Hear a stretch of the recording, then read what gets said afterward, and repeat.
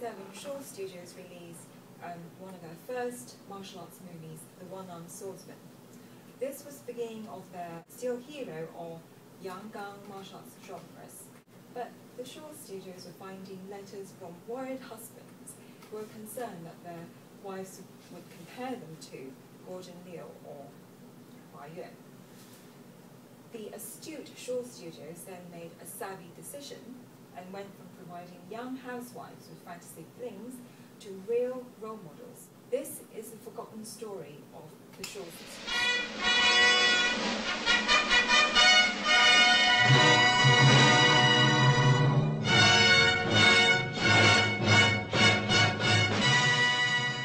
The beauties of Shaw had very carefully cultivated, glamorous public personas.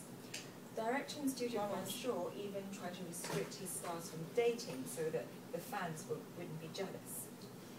Most people here in the West would know Shaw for their highly choreographed kung fu films, but for over 3 decades, Shaw entertained the whole of Asia with films of every genre. And you had action heroines, you had period drama queens, you also had kick-ass kung fu warriors. With political upheaval in the mainland, mass migration meant that the population in Hong Kong doubled in just over a decade.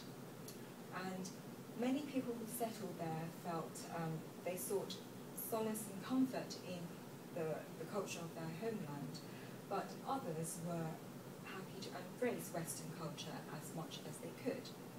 With the popularity of James Bond movies in the 1960s, Shaw saw the opportunity to create spy movies of their own, but with a twist. Like the Bond movies, Black Falcon, Angel with Iron Fists, Kiss and Kill, they all had gadgets, fast cars, sultry women, global plots. But Shaw Studios put their female stars in the driving seat.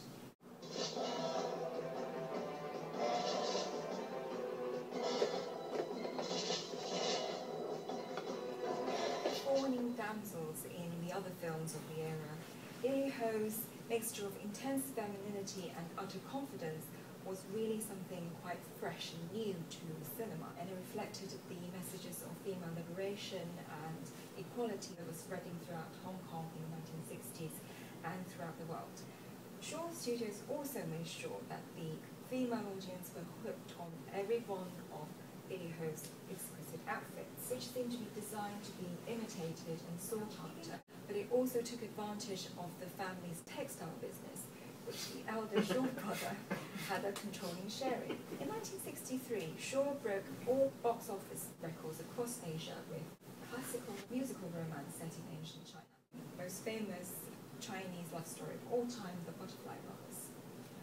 There were people who claimed they've seen it 500 times, and some people even took food and drink to the cinema to watch the film on loop all day. So think Titanic and times it by 50. The audience, male and female alike, were mesmerized by Ivy Ling. It was not uncommon in Southern opera for the female actresses to play male characters, but Ling's performance showed that she had a real talent for it, both in her demeanor, behavior, and in her boyish looks. So, with this history of strong leading women in every other field, it was quite inevitable that China's most loved cinematic genre, the kick-ass kung fu flick, was going to face its fair share of deadly fighting dragon ladies. In 1966, Cheng Che's Come Drink With Me was released. With the intention of heavily promoting the kung fu star Hua Yuan, little did anyone expect that the star who outshone everyone was going to be Pei Pei Cheng, the actress who played Golden Swallow. Whilst the drunken swordsman played by Hua Yuan is supposed to be the protagonist, it is Golden Swallow's battles which really make the film.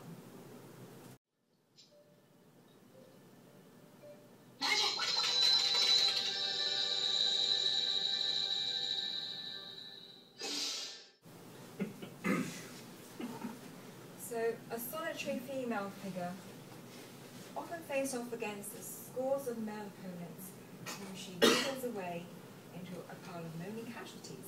The fearsome female fighter besting a man whilst her gender is still unknown, a trope which the internet has now named Samus is a girl, was then very much fresh to the medium of film. Come Drink With Me was universally acclaimed not only as an action-packed kung fu movie, but a film with complex motivations, where honor, justice, and kindness have to be the basis for swordsmanship.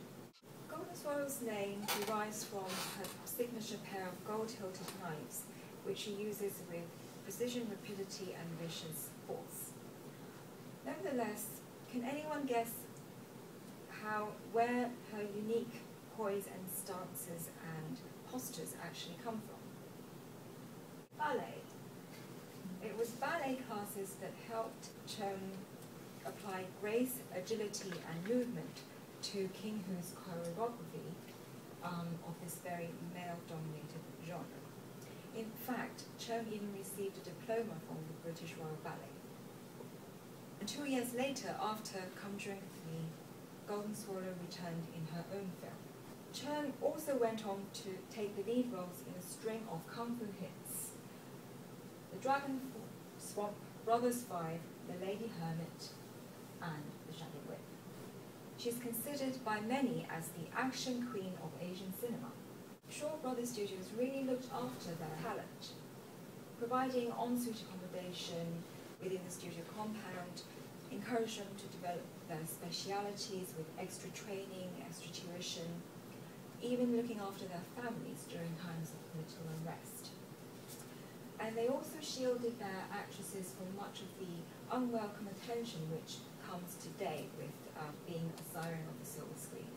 Kung fu stars like Hui Ying-hong and action stars like Margaret Chu Quan, and even the more interesting actresses such as Siu Yang have all had very long, successful careers at Shaw.